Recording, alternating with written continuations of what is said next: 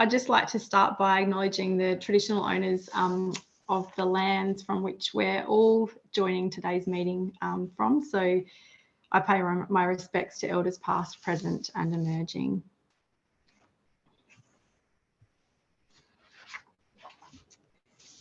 So this is just a snapshot of the framework from the National Aboriginal and Torres Strait Islander Health Plan for 2021 to 2023, and it makes 12 recommendations to work towards the vision of Aboriginal and Torres Strait Islander people living long, healthy lives that are centred in culture, with access to services that are prevention-focused, culturally safe and responsive.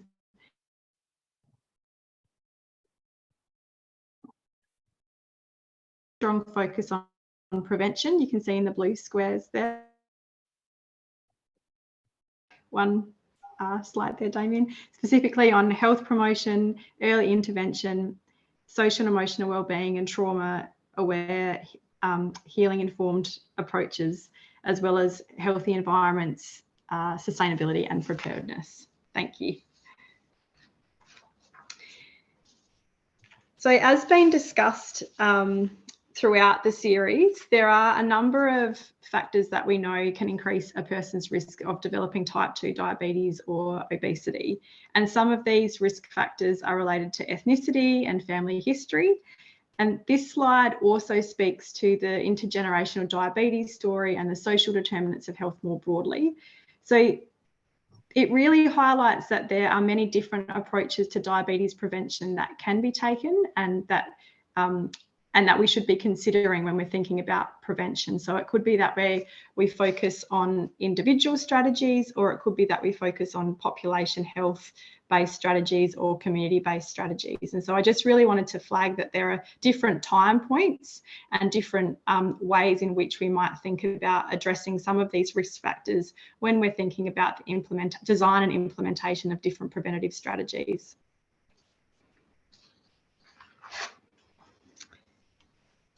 So our team has recently been undertaking a systematic review to identify effective intervention strategies for prevention of type 2 diabetes among First Nations children and youth of people aged less than 25 years. And we anticipate that this work will be published in the coming months. But essentially, preliminary findings to date have really highlighted that despite the increasing prevalence of type 2 diabetes among First Nations children and young people, there's evidence, the evidence of effective preventative strategies of this vulnerable population remains really limited. And so what we do know is that obesity prevention programs among First Nations children and youth have had limited success globally due to a number of factors, particularly difficulty in retaining program participants, the lack of culturally appropriate venues and resources to hold these programs and initiatives in, and appropriate ways of sharing such information, along with limited opportunities for partnership with communities. A lack of intense or sustained intervention programs has been listed as a barrier in reporting zero change in body mass index, which is often a primary outcome for a lot of the prevention programs that do exist. So on the next slide, we'll see that we know that there are a number of strength-based approaches. So the prevention strategies and programs that do exist or that have been reported on do talk about limitations and also recommendations for different ways of approaching prevention particularly in First Nations communities and populations around the world. Work with First Nations people in Canada, New Zealand and Australia has highlighted the need for a number of strength-based approaches. Firstly, the need for culturally appropriate program content and for the delivery mode to align with community and cultural priorities.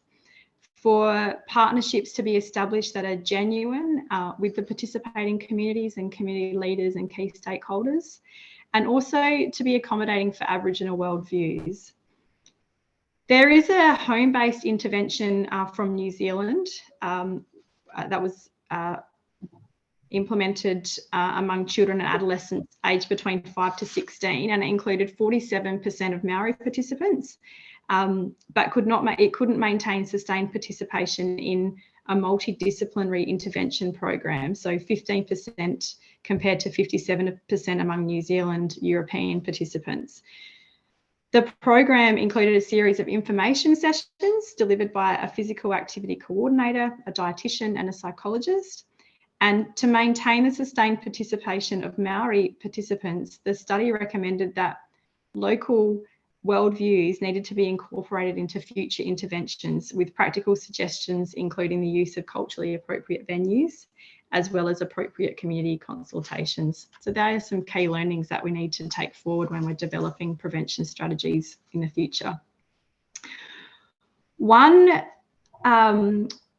program or prevention initiative that has been developed and has shown some success is the Tribal Turning Point program. And so this is a behavioural intervention which incorporates the strengths-based characteristics that I've already described. It has been successfully implemented as a pilot program with American First Nations youth aged between 7 and 10 with overweight and obesity. And it was adapted from the National Prevention Program in the United States. The pilot study reported a significant reduction in body mass index Z score with an 84% intervention attendance and 97% retention over 8 months. So they are pretty amazing results from that early pilot study from this initiative. Key strategies of the program for this population group included, again, having strong partnerships with communities, developing a family-focused intervention, so active participation of at least one caregiver and the inclusion of siblings of the child who was being recruited to the study, including age and culturally appropriate adaptation of the previous program that had been developed, not specifically for First Nations young people.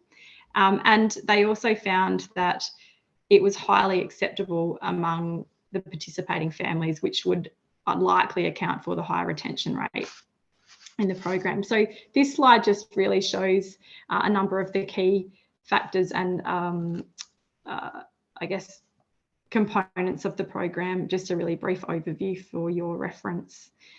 And in the next few slides, Cherie, who I can see has joined us, is going to speak about the consideration that we've given to Tribal Turning Point, this program in the Central Australian context. So without any further ado, I'll pass over to Cherie to present the following slides. Thanks. Good afternoon, everybody. Thank you. I might acknowledge all the traditional owners of all the lands that we're gathering on today. I'll just share a little bit about the program TTP, the Central Australian Youth Type 2 Diabetes Prevention project that I had a lot to do with adapting to Central Australian ways, you know. Next slide. Are you doing it there? Thank you, Damon. The little bit of background: identified need to address the emerging rates of youth onset obesity and diabetes in our children and young people in Central Australia. This project was developed in response to the request from the NT communities and clinicians, including the Australian Aboriginal Torres Strait Islander Advisory Group, Clinical Reference Group of Diabetes across the life course, Northern Australian Partnership, NT Youth Diabetes Working Group of NT Diabetes Network. Youth onset obesity and diabetes prevention. To develop a culturally appropriate and family-focused diabetes prevention program, targeting our Aboriginal children from 6 to 11 years and their families, to adapt the Tribal Turning Point to our ways that suit our mob program for the local context and ensure it aligns with local needs and priorities and cultures. Sorry, keep going. And then this is our picture of our team from phase 1. Louise, Renee, Lisa, myself, and Dr. Athira. Stage 1, we assess the suitability of intervention, including the program content and structure for CA, Central Australia, which would be 6 times 2 hour workshops and then 2 times 1 hour workshops with families. Stage 2, we'll be looking at establishing working groups involving community members, and service providers and researchers, which will make a technical reference group to oversee the consultation process and program revision, dietitian working group and cultural reference group. Stage 3, practical supports required for pilot determined through workshops, 5 of them with families, service providers and program manual adapted. Participation across all stages, 11 workshops, 25 service providers, 3 workshops, 7 family groups and 38 participants in total. And a paper did come out of that first stages. And there's all the authors up there. And the key findings was a community-owned and prevention program. There's a couple of quotes. It's a good program for people that want to make changes or are already making changes, and that came from a parent. It is very important for our children. We want them to be happy, to live happy, healthy lives.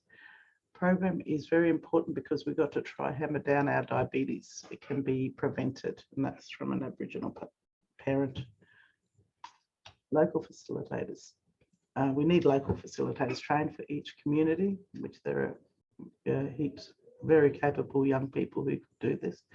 I think people would engage more if they related to the person. So definitely a local person, that's the Aboriginal participant. I really think facilitators need to be well supported. And that comes from an Aboriginal participant who is also a cultural advisor. And you need that facilitator to be trained in various things, you know, the nutrition area, that comes from an Aboriginal health promotions officer. Our key findings, a flexible and culturally appropriate program. Let the community decide if they need all 10 sessions or fewer. That came from a dietitian. Be flexible. The program must be flexible if you were working with a family.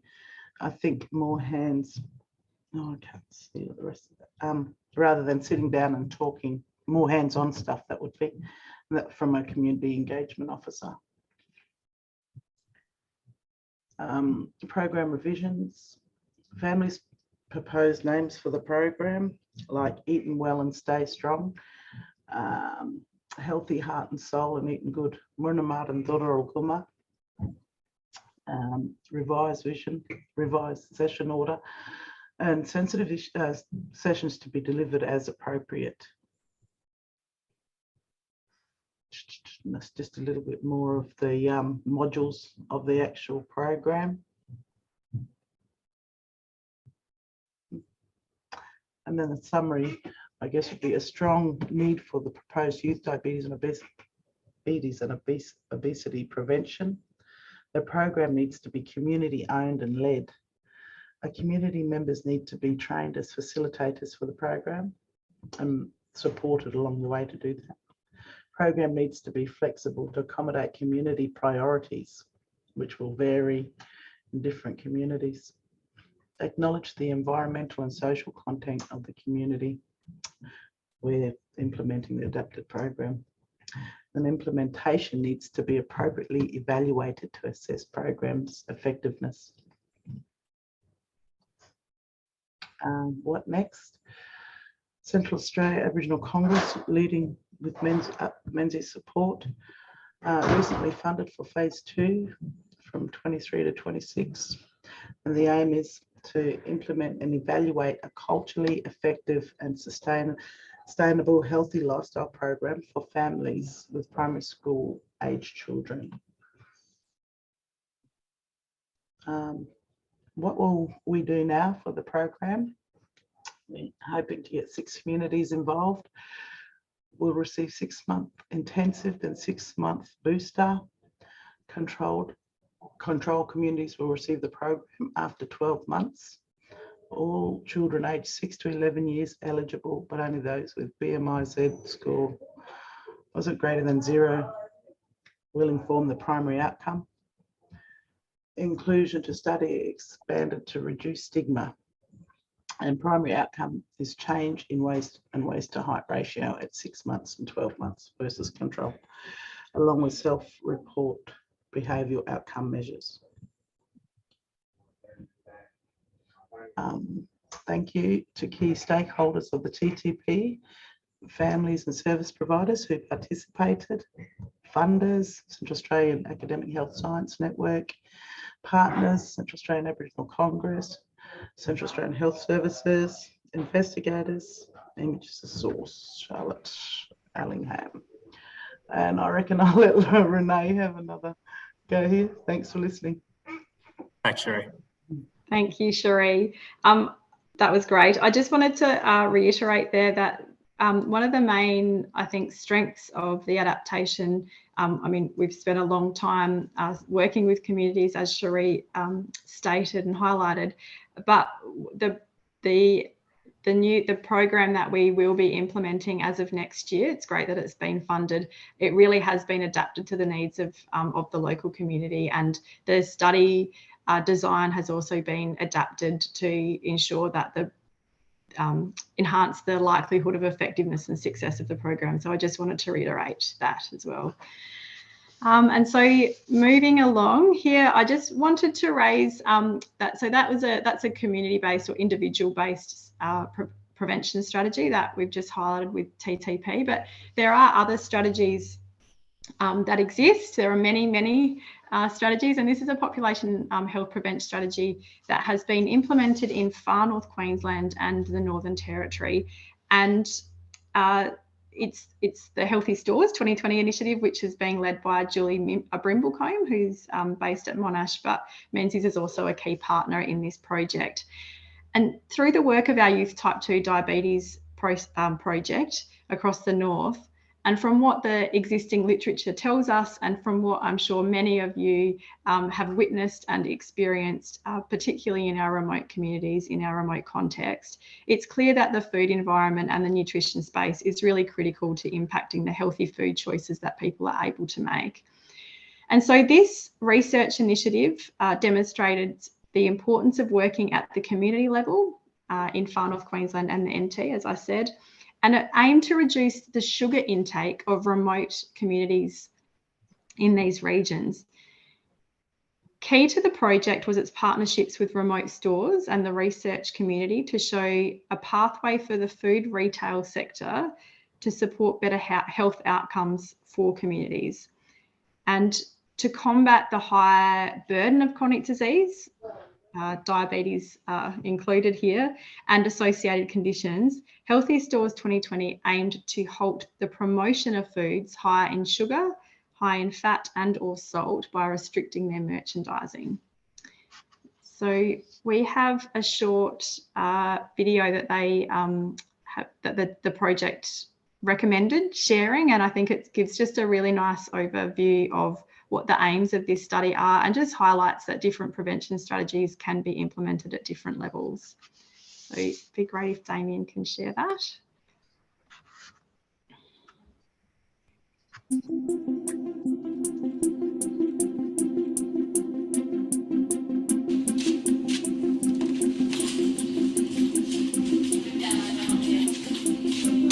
We're targeting the 4 highest contributors to sugar in customers' diet, so that being sugary drinks, sweet biscuits, confectionery and table sugar. We're seeing a lot of young people.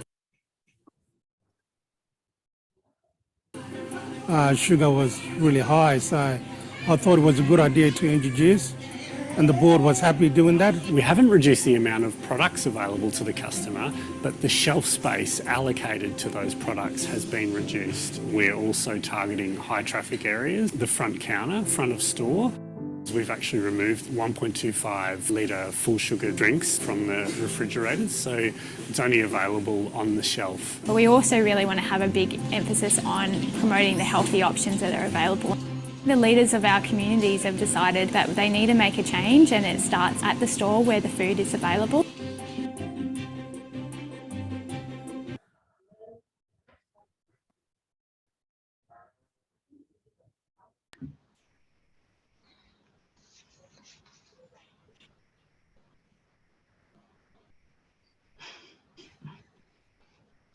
I think it's slide 25. Yep, there we go. Thanks, Damien. So a really great initiative that has gained a lot of traction across the north, and the findings are incredible. So this project helped customers buy less sugary drinks and confectionery, and the volume of sugar purchased dropped significantly. So as you can see here, in 12 weeks across 10 stores, 1.8 tonnes less free sugar was purchased through foods and drinks. And this is the equivalent to the weight of a large car. So absolutely phenomenal, and just goes to show what can be done at that level, at a store level within communities. There are also a number of other great resources and initiatives that have come out through collaborations of this group, the group that Julie's been involved in.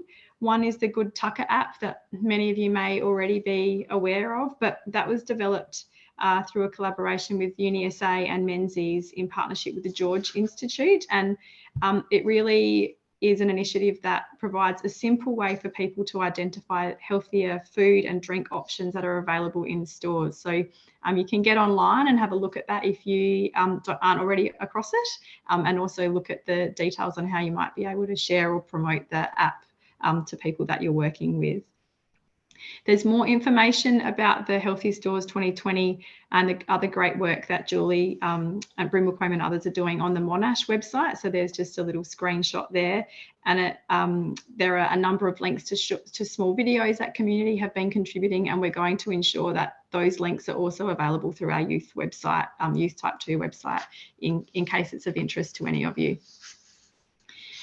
So just in closing, I think the main learnings and sort of evidence that we have within working within the prevention space is that there are a number of key principles that we absolutely need to understand and adhere to ensure that the prevention strategies that we are implementing have the best chance of being effective, particularly in our remote Australian context, working with First Nations communities. And so these principles, I'm sure, won't be new to any of you, but I do have to reiterate them because, as you can see, there are a number of prevention strategies or programs that do exist, but unless they're adapted in collaboration and in true partnership with the communities and the people that we're working with, then the chance of them being successful, being deemed appropriate and being therefore effective will be very limited and highly unlikely. And so a couple of the key points are that the initiatives absolutely need to be community-led, with access to strong evidence around effective approaches and suitable evaluation frameworks prior to project implementation. So it's really about building up those ideas and strategies with community. And of course, as I said, they do require a combination of community and research expertise. I think also absolutely critical, and it's coming out of a lot of the recommendations in the literature from prevention programs that have been trialled or are being implemented, is that you really do need to value Aboriginal knowledge and ways of knowing and approaches to health and wellbeing, because that's the best chance that we're going to have at creating meaningful prevention strategies that make a difference. Thanks.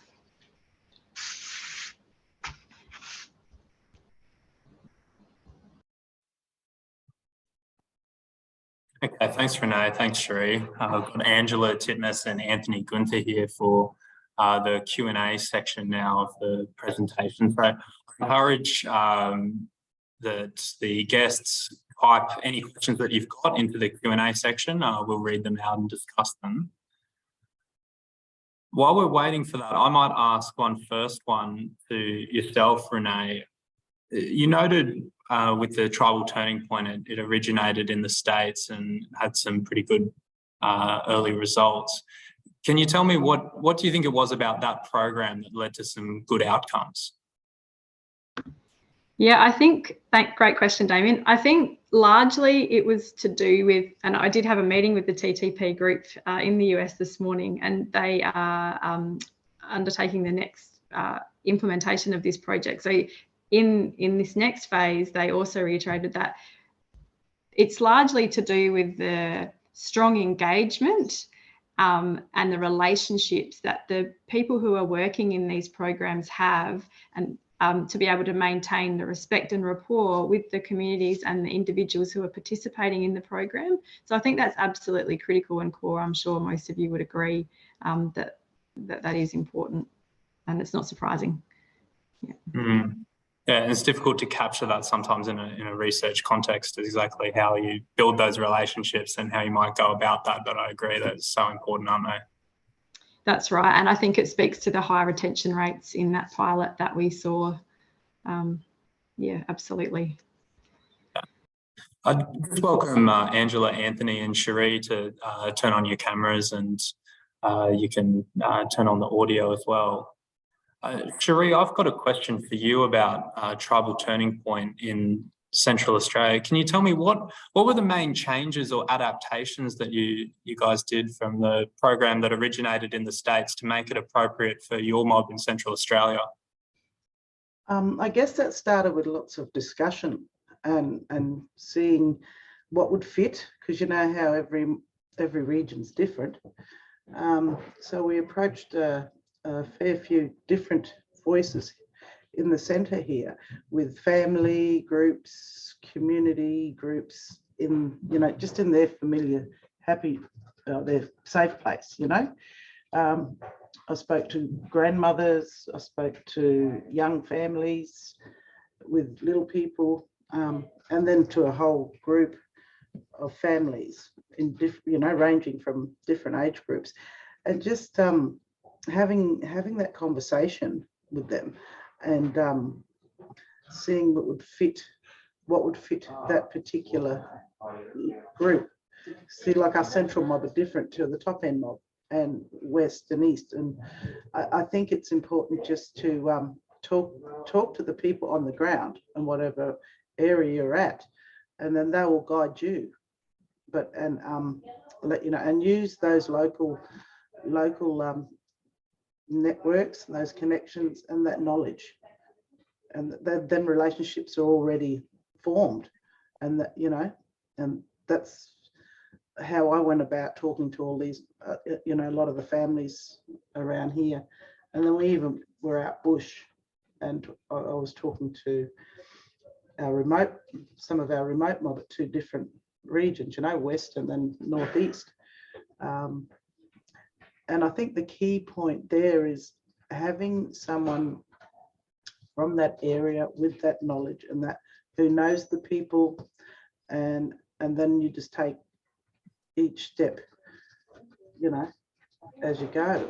So, and be really guided by the community and draw on the strengths of those communities, because there's a lot of strength out there within our young people, even our, the knowledge with the elders, and the drive and the passion with our young, smart young ones who are quite capable of stepping up and with support, delivering this TTP. I don't know, did that answer you? That's great, Cherie. Can I also just add in, I think one of the key findings from the adaptation process, as you mentioned, was really people wanted it to be community-led, and for the implementers to be members of the community. They were just they were two really strong, clear messages that came from that entire consultation process. Yes, yeah. They're more familiar, and you got to, and people are going to relate to someone they're familiar with quicker and more honestly. I don't like that one, I don't understand that, and more likely to ask questions to someone they're familiar with than a stranger coming in, you know? And you're thinking, you're showing all this different way of lifestyle, but introducing it slowly and encouraging it and finding a way to share this healthy way, good way, you know, in a way, in plain language, in a way that our mob are going to keep coming back and retain, you're going to retain your numbers, you know, like that. And that was the biggest thing with our mob, having that familiar face, having that local person that they know and comfortable with. Yeah. Thanks, Sheree. I've got a question on healthy stores, so I'll pass over to Anthony here. So the question here is the Healthy Stores program coming to the IBIS stores on the Torres Straits? How would we go about getting a program up here?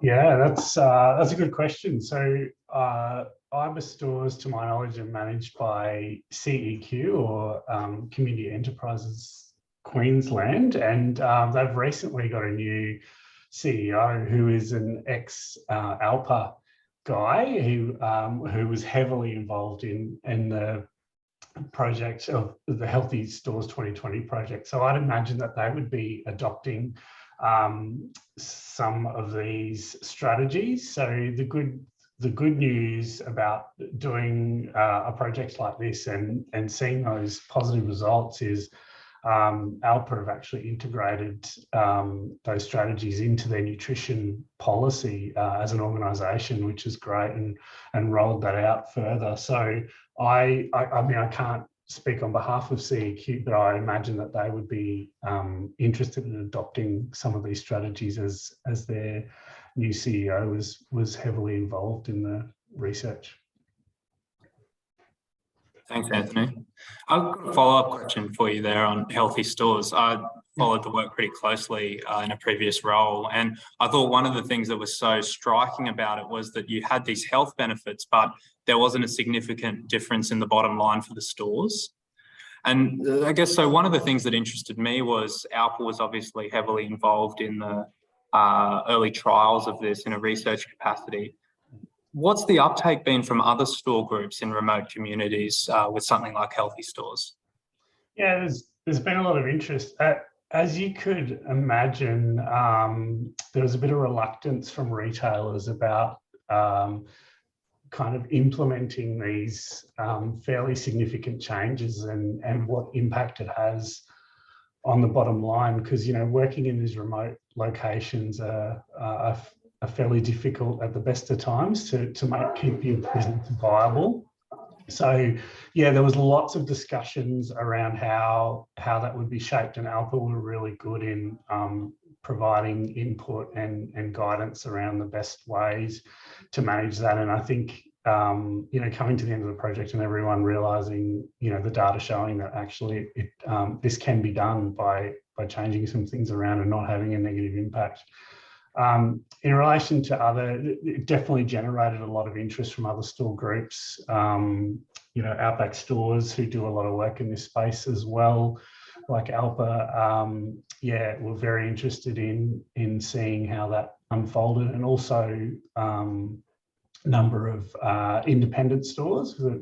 A few that I know of through the Northern Territory were keen and have some similar strategies around sugar production that they do at their local store. And that the Monash page with Healthy Stores 2020, there's actually a webinar series there, which is stories from some remote stores around different things that they've implemented. So there's some good short films there that shows that uptake. Thanks, Anthony. Angela, I've got a question for you from a clinical perspective. So you've obviously got a number of young people coming through your clinic who have type 2 diabetes. Where do you think these prevention programs, where would they fit in the model of care that you have for young people who are coming to your service?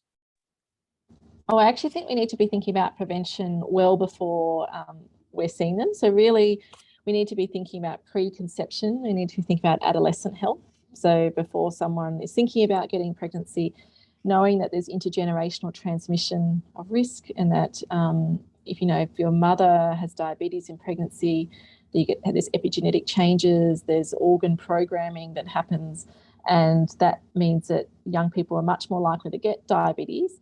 They're much more likely to get metabolic complications of obesity. So obviously people can have different weights but not have metabolic issues related to that, but they're much more likely to have obesity and metabolic complications associated with that, and all of this to happen at a younger age. So if we're thinking about prevention, we need to be thinking earlier than childhood. We need to be thinking before a mother gets pregnant and optimising her health during pregnancy. And we need to be thinking about adolescence and how we really optimise health during adolescence, acknowledging that that's just before childbearing years, or maybe that people are getting pregnant during adolescence.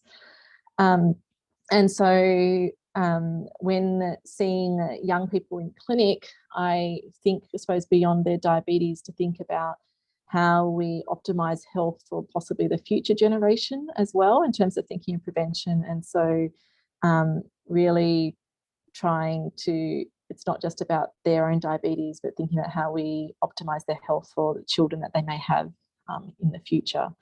And so I just think we need to really think of a life course kind of perspective in any prevention strategies. And so Tribal Turning Point is obviously aimed at children, and but we need to be thinking early childhood, like the first 1,000 days are critical. What happens in that? If you think about during pregnancy, you need to be thinking about preconception and think about adolescence as well, and not forget the dads as well. So optimise the male health as well in adolescence and kind of childbearing years.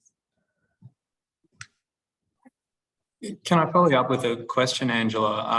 I guess looking at where the healthcare dollars go in terms of prevention, generally speaking, we're looking at about 1 to 5% of total healthcare budget, from my knowledge, going towards preventative programs. How can we stimulate health services to be interested in this life course approach to prevention? I think we need to get policy makers and decision makers on board of thinking about that is actually going to save money. Like, for instance, at the moment in the Northern Territory, we have the highest number of dialysis chairs per capita in the world. And that is a huge amount of money at one very end of the spectrum. Well, we need to be thinking about prevention strategies and funding and properly rolling out and evaluating effective prevention strategies that will save huge amounts of money in the long term. Think about all the investment. We've been talking about this whole webinar about how to improve our management of young people with type 2 diabetes, but we need to be thinking about the social determinants that lead to someone being at risk from a very young age, and we will save money. And we just really need to change the policy discussion and the political discussion to thinking about that, because we might be, we have to, politicians and things will think about it in terms of money and outcomes. And so sometimes we have to be strategic in how we discuss it to get buy-in from those people, and beyond the political cycle, need to be thinking that prevention strategies are often not funded because you don't see outcomes necessarily in the political cycle. So therefore it's not sellable in kind of elections, but we need to kind of change that discussion. Like, we can't just keep funding right down the end of the spectrum, like dialysis chairs and things. We need to be thinking of how we adequately fund before any of that happens. Thanks, Angela. Cherie, can I ask you about, I guess, going back to Tribal Turning Point in Central Australia? I guess what was the feel of the community and the acceptability of a kind of a group-based lifestyle behaviour change program? How did that sit with members of the community? Were people interested in being a part of something like that? Yeah, there was interest with the range of the community. The old people were all for it because they could see, all the sickness around them, and the young people were eager to have a crack. But as the family as a whole, you'd have to go into a program like this, looking at all the family and help talking to the whole lot for the whole mob to come on board and be on the same page and work together to start making these changes. So it was really good. There was a lot of interest, like I was saying, especially from the oldies that I spoke to, because they seen the need, the urgency of it. And then the young people with the willingness to have a crack, you know.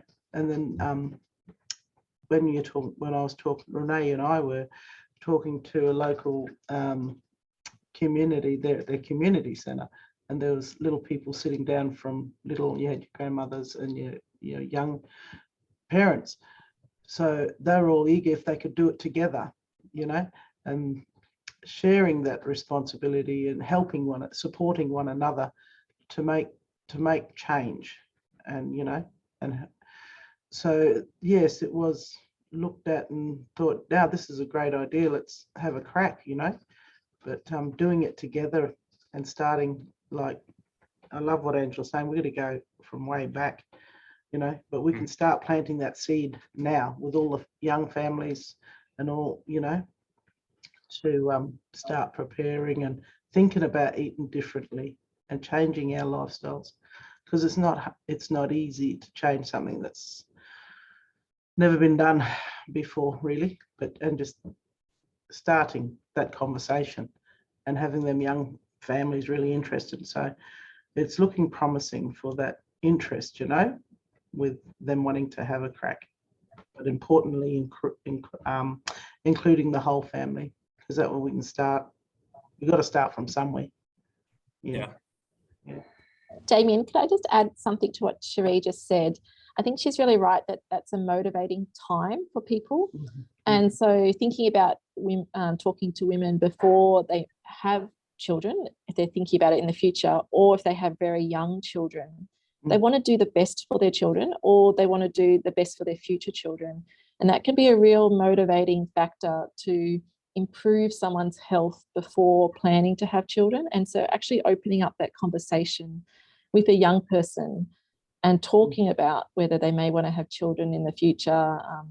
And, you know, you use it to talk about contraception to make sure that they're not having a child right now when the diabetes may be not where we want it to be, and or their overall health, like their blood pressure or other things are not where we want it to be. And let's get things on track to really, and people want the best for their child, so that it can be a real motivating time in someone's life. Yeah, totally agree, Angela. I think what's exciting about that too is you influence the health of 2 generations. Yeah. Yeah, you influence the mother's health going forward, and then the child and baby. And from what I've seen, it seems like the preconception / first 1,000 days is bang for buck, some of the best areas to, you know, if we're talking about dollars, which, you know, a lot of the, I guess, ultimate decision makers do care about, that's some of the most effective places and times that we can be intervening and improving health for future generations. Yeah, let's start having those conversations early, and hopefully that will, you know, plant the seed for our next generation to start thinking about, oh, you know, let's get healthy, stay healthy for our young people when they start having kids, you know, like that. Yeah. Can I jump in there and just add that I think one of the tensions within the prevention space is really around whose responsibility is this? And I think often when we talk about prevention or maintaining good health or looking after your diabetes in an appropriate way, for example, often we talk about it as the individual's responsibility. And of course, there is definitely an element of that. But if we only take that approach and ignore the other really important aspects of people's lives and ignore the impacts of the social determinants of health, which we know have been in this context underpinned by the impact of colonisation, then we're doing a massive disservice to people that we are working with and for. And so it really is about striking a balance between individuals being able to take control of the aspects of their life that they can to prevent some of these complications or the risk of developing diabetes and other health conditions, and thinking about the broader structures and policies that exist and where we can be really working at the same time in both sort of spheres to come together to get the best outcomes. Agreed, Renee. One of the things that was said in an earlier webinar was don't judge someone's choices. Don't judge someone's decisions until you see their choices, which I think was really a good example of that. With the importance of creating healthy environments like what's been done with the Healthy Stores 2020. Another question here from the audience. It's how do we think about sugar as an addiction in our programs? It's so hard for people to make changes. And I'll just open that up to the panel here for any comments on that. I think that's completely true. I think Stuart talked about it really well in one of the previous webinars where he talked about a patient feeling that sugar sung to them. And I've heard similar from lots of young people, that it's just like they feel like they can't stop thinking about it. That's all. And so sometimes it is very, very hard for people to make changes. Sometimes I found it useful to talk about how the companies are making lots of money out of producing these drinks which are making people sick, and so kind of making it a systems issue that we don't need to be like thinking about how we change it. So sometimes that often I find it gets parents or grandparents quite angry at like they've really marketed these drinks really well, they taste really nice. It's we wouldn't eat 40 teaspoons of sugar from a sugar bag, but we would easily drink it out of a large drink of soft drink because it tastes nice. And then and that these companies make money out of knowing that people become addicted to it and that it's hard to make the changes. And so kind of being open about it being a systems or inequity and a kind of capitalist issue, I suppose, can sometimes, like that acknowledgement of it can sometimes make people go, yeah, well, I don't want to keep feeding into this company or keep feeding into it. So we'll change, like start by changing to some diet soft drinks or start by doing something else. And acknowledging that it is really hard. I think Stuart talked about that well in the webinar. People could go back and look at his webinar about that it's hard, and you start with small changes and you keep persisting and encouraging those small changes bit by bit. And also being really open with people that they're probably going to feel pretty yucky for the first few weeks if they're trying to cut down sugar, and warning them about that. Because I think if you don't warn them and then they do it and they feel yuck, they're going to immediately go back to what they did before. So it's kind of being open about the possible negative things that might happen. I guess on that line of thought, I'll pass over to Anthony with Healthy Stores 2020. Obviously, you saw tons of sugar reduction from these communities. What was the acceptability of a program like this that aimed at reducing something that people could potentially be addicted to? Yeah, it was the response was actually very positive. There was concerns about how the customers of the store, the clientele, would react to particular items being moved around or not available. For instance, the 1.25 litre drinks were sold ambient instead of in the fridge. But it was more what the feedback was initially it was kind of like, oh, things have changed. Like what's going on here with this change? And then it was explained by the store staff like, oh, we're part of this trial, and the store board are supportive, and sugar's a big issue in the community, and we're looking at ways to reduce it. And people were really accepting of that in the feedback that we got from store managers and staff that had interaction. So yeah, I think there's that drive to go and get that sugary drink, but then if it's not the big one there, then I suppose you take the next best thing, don't you, which is a smaller version of that. So yeah, interesting. There's probably a whole lot of work around that piece as well in itself, really, but yeah. Thanks, Anthony. As a final question to Angela, Angela, are there any particularly exciting new programs that you've seen coming out internationally in the youth type 2 diabetes space? Obviously, this is an emerging issue. In terms of prevention or in terms of management? So I think there are things happening overseas. There's work that's been happening in community in New Zealand with both First Nations and non-First Nations young people that Yvonne Anderson has kind of led in recent years. Both it's aimed at obesity and type 2 diabetes.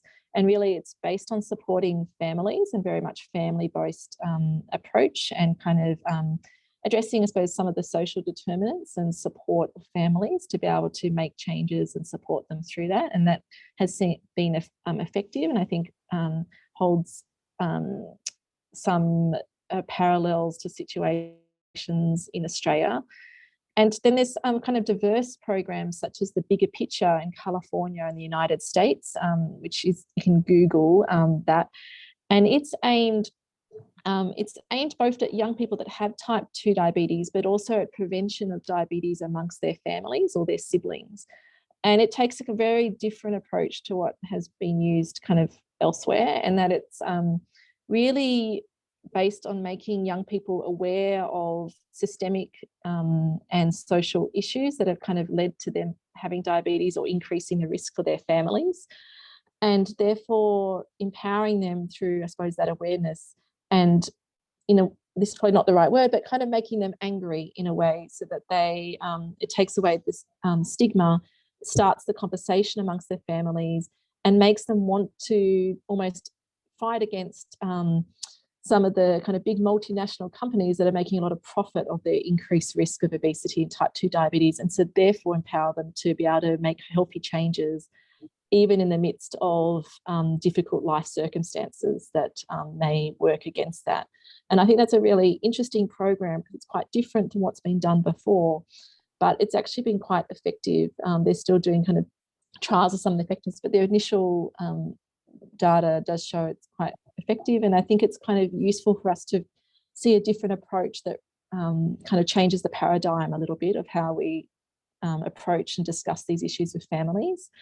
And then there's also similar programs in Canada amongst First Nations young people, which working both with young people that have type 2 diabetes, but also young people at risk of type 2 diabetes through intergenerational risk, and thinking about how you improve young people's well-being and mental health and identity and cultural identity.